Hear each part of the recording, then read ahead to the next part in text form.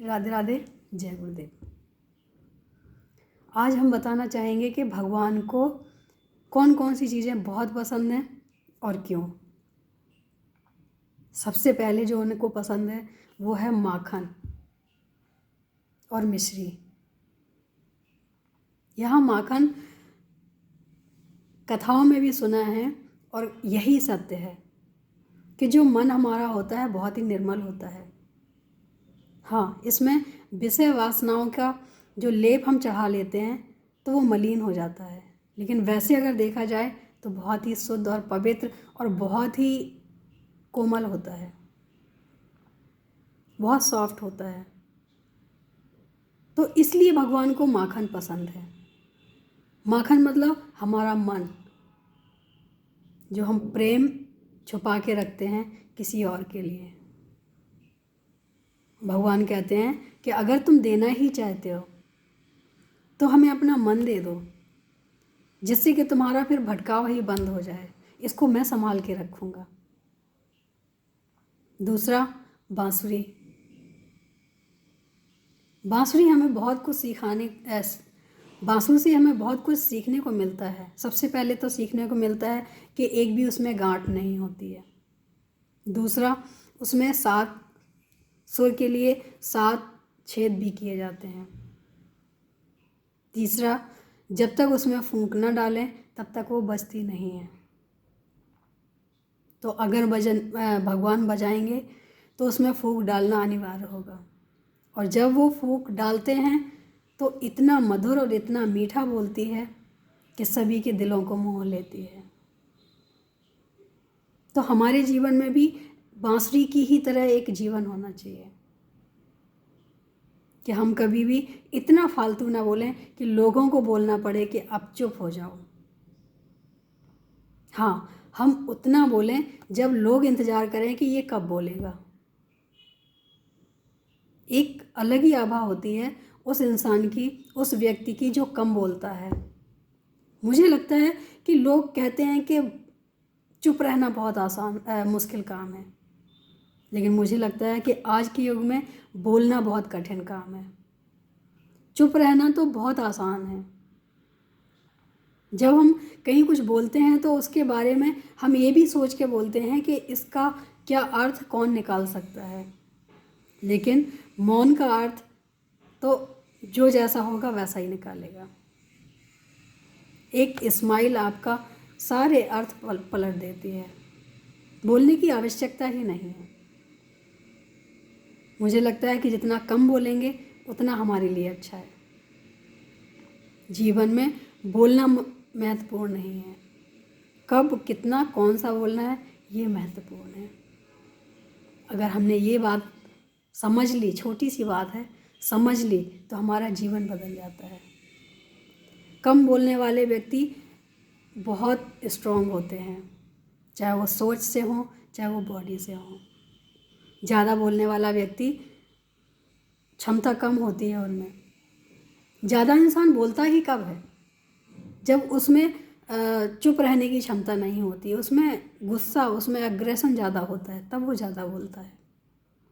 Powerful अगर व्यक्ति है तो वो कम ही बोलेगा, वो ज़्यादा बोल ही नहीं सकता है, क्योंकि उसे पता है, शब्दों के महत्वों को पता है। कम बोलने वाला इंसान ज़्यादा नहीं बोल सकता है, और ज़्यादा बोलने वाला इंसान चुप नहीं रह सकता है। तो जो अपने आप को कंट्रोल ना कर सके, इसका मतलब है कि वो कहीं ना कहीं बहुत ज़्यादा परेशान है। और जो कम बोलता हो तो समझ लेना चाहिए कि ये कहीं ना कहीं बहुत ज़्यादा खुश है और आनंद ही ले रहा है। आनंद बाहर नहीं मिलता, आनंद अंदर मिलता है। और जिसने अंदर आनंद खोजा हो वो फिर बोलता कम है, वो खुश रहता है, मुस्कुराता रहता है। तीसरा, मिश्री। मिठास के लिए हमें स्पेशल जगह नहीं बनानी पड़ती, चाहे कितना भी गिलास भरा हो ऊपर तक, उसमें मिठास डालने के लिए जगह नहीं बनानी पड़ती, और वो घुल के पूरा माहौल मीठा कर देता है। अच्छा व्यक्ति उस चीनी की तरह होता है, उस मिश्री की तरह होता है कि वो जहाँ जाता है वो पूरे माहौल को मीठा कर देता है, पूरा वातावरण शुद्ध हो जाता है, खुशहाल हो जाता है। तो अच्छे व्यक्ति को हमेशा मिश्री या चीनी की तरह समझना चाहिए। इसलिए भगवान को मिठास में मिश्री पसंद है। तीसरा, कमल का फूल। कमल का फूल इसलिए पसंद है कि जो कीचड़ में है उसके बाद भी उसके पंखुड़ी में एक भी बूंद कीचड़ की नहीं है। उसने अपने आप को समेट रखा है, उसने अपने आप को बचा रखा है। उसकी परवरिश कीचड़ में होती है, लेकिन उसके अंदर खुशबू और रंग, सुंदर सा रंग और सुंदर सा आकार होता है। भगवान भी यही हमें समझाना चाहते हैं कि जग ये कीचड़ है, यहाँ हर तरह के लोग हैं, अच्छे भी हैं, बुरे भी हैं। डिपेंड करता है कि हम किस नेचर के हैं। हमारा स्वभाव हमें वहीं खींच के लेके जाता है जैसे हम हैं, ऐसे ही लोगों से मिलाता है जैसे हम हैं। तो अगर कुछ सीखना है तो कमल के फूल से सीखना चाहिए। भगवान ऐसा कहते हैं कि अगर आप चाहते हो या कोई चाहता है कि भगवान के चरणों तक कैसे पहुँचे, तो इन छोटी छोटी चीज़ों का ध्यान रखना चाहिए। कीचड़ में रहो लेकिन कमल की तरह। मोर पंख। मोर को कभी भी कोई वासना का मोह नहीं होता है। जब मोर रोता है तो मोरनी आके जो अश्रुपात होते हैं वो ग्रहण करती है और उससे वो गर्भ धारण करती है।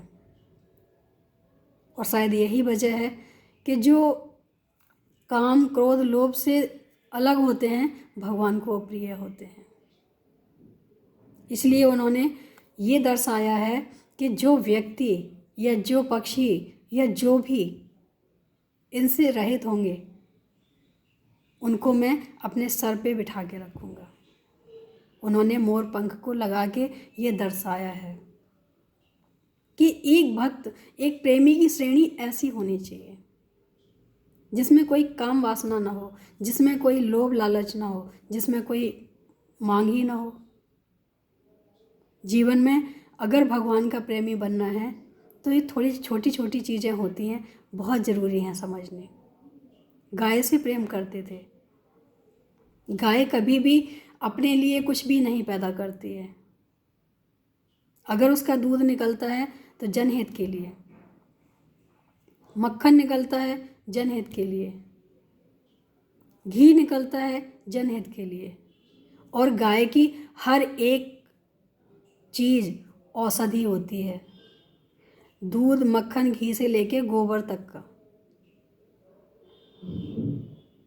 यही दर्शाया है भगवान ने कि अगर हमें पाना चाहते हो तो इनके जैसे बन जाओ।